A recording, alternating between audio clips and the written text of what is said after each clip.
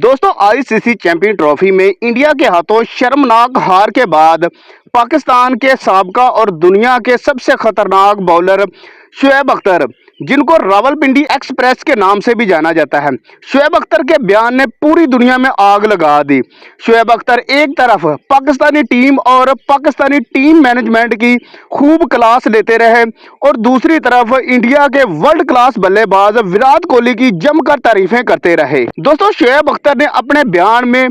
Pakistani team और team management के बारे में क्या कह दिया कि पूरी दुनिया में आग लग गई, और विराट कोहली के बारे में क्या कहा। शुएब अख्तर के मुकम्मल बयान के बारे में हम आपको इस वीडियो में बताएंगे, लेकिन वीडियो में आगे जाने से पहले आपसे गुजारिश है कि वीडियो को एक दिल से लाइक और हो सके तो चैनल को सब्सक्राइब भी कर दे। दोस्तों शुएब अख्तर ने हार के बाद अपने बयान में कहा कि पाकिस्तानी टीम मैनेजमेंट ब्रेनलेस है, यानी कि दिमाग से फारग है। पाकिस्तानी टीम मैनेजमेंट ने ऐसी टीम चुनी आईसीसी चैंपियन ट्रॉफी के लिए जो कि दुनिया में सबसे घटिया टीम है, और मुझे इंडिया के हाथों शिकस्त पर कोई अफसोस नहीं, क्योंकि मुझे पता था यही रिजल्ट आने वाला है। दोस्तों शुएब अख्तर ने कहा कि मुझे ऐसा लगता है कि जैसे पीसीबी ने और टीम मैनेजमेंट ने चर्स पी कर